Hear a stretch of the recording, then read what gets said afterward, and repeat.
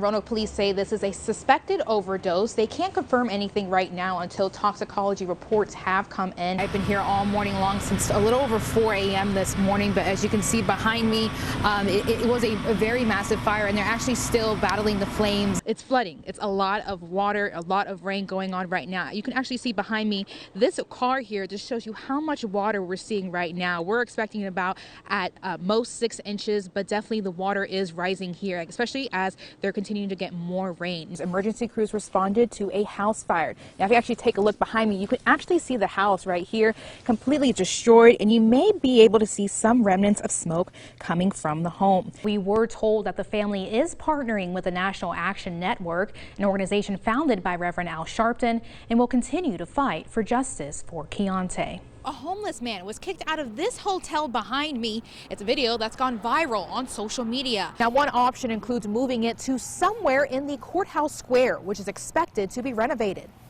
Another option includes placing it in front of the county's historical museum, but that all may change. You'll still need to turn your car on and check your mirrors. But now you'll have to put your phone away. Why?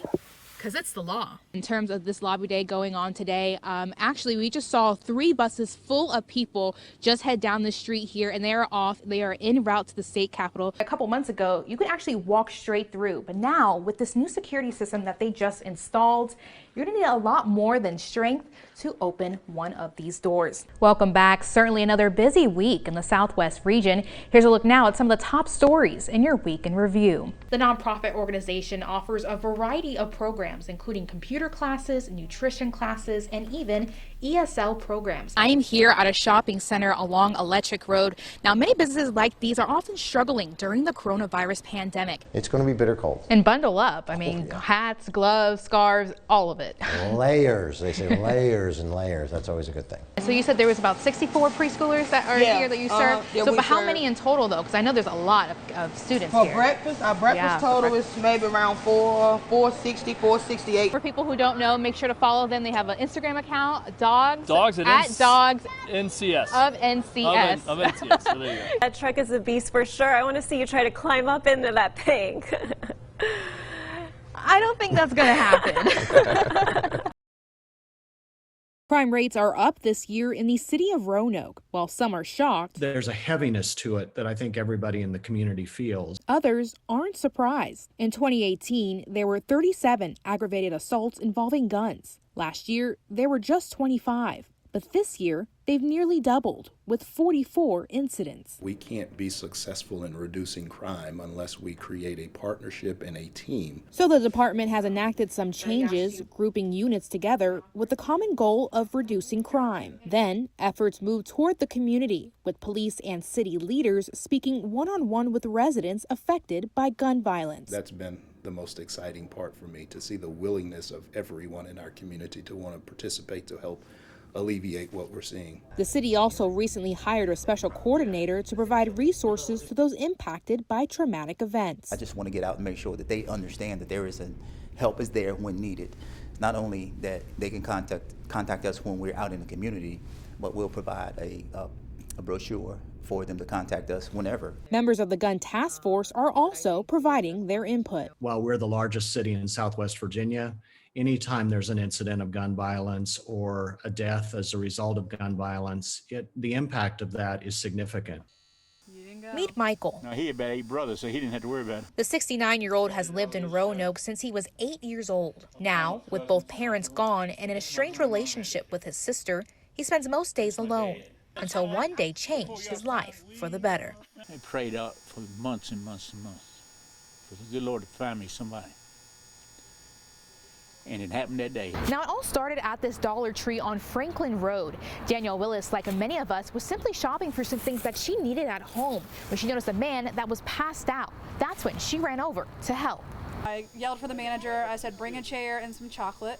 Just assumed that it might be diabetes. Michael is a type 2 diabetic. However, these instances aren't common for him. Willis not only became the hero he needed, but the friend he always wanted. I ended up sitting at the Dollar Tree with him for an hour, and just kind of got to know a little bit of his life. And their friendship grew. Willis followed Michael home, where she spent hours talking to him. We got to talking and we got to going over all this stuff. So it's just like that day she just started, like I was hers now.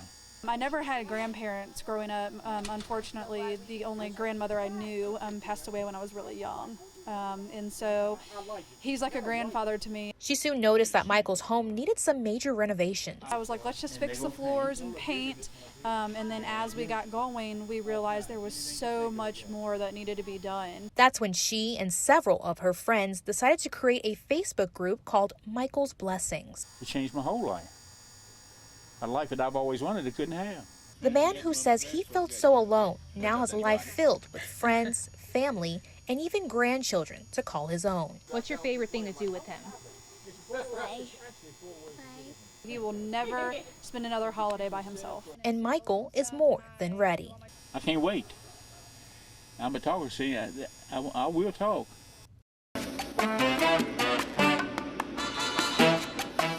There's a place in Roanoke where you can find some of the freshest meats, sweetest plantains, and strongest cups of coffee. Oh, it's great. It's great. I always come here. It was a nice find when we saw it the first time we came in. Cuban Island is like close to home. Cuban Island Restaurant sits on Williamson Road, an area known for its diversity. Walking in, customers are immediately transported to a tropical paradise. The menu, a taste of Havana with authentic Cuban cuisine. Ropa vieja, and vaca frita, and chicken in the string. And the sanguisine, everybody loves the sanguisine. Born and raised in Cuba, Estela Gonzalez Perez was taught to cook at an early age by her very strong and very stern grandmother. In my country, nobody in my family is chef. Only my grandma, a teacher for the grandchildren for learning. He said this is necessary for every family. Estela tells me she learned much of her cooking actually by reading. Now, these are just some of the books given to Estela by her grandmother from Cuba. Some of these books over 60 years old. Look in the note for my grandma. Those books proved to be the key ingredients to Estela's success. What once started out as a catering truck soon turned to a fully functioning restaurant when Estela opened Cuban Island in 2010. A unique taste that was instantly loved by many. When I started the business and the catering truck, not many people understand about the code for the Cuban food. Example, something simple, the Cuban espresso. When I opened the restaurant, nobody understands. Too much people don't understand what is the Cuban espresso. But I could give it for 1 month, a free espresso for everybody. Now in Roanoke, everybody knows espresso. Everybody, yes. Estela says operating a business not only requires hard work, but dedication. Most days, she starts bright and early, preparing Cuban classics, which are not only fresh, but homemade as well. Never cooking one day for another day. No, I cooking in the day. And it hasn't gone unnoticed. Everybody comes to that we talked to says, hey, there's a Cuban restaurant. You got to try it out. It's really good. And so we came, and we're really glad we came. The restaurant is even known to draw people from outside the Roanoke area. I have a trucking business here, and knowing that I'm from the island myself, which is Haiti. Like many businesses, Estela says she's been hit hard by the coronavirus pandemic.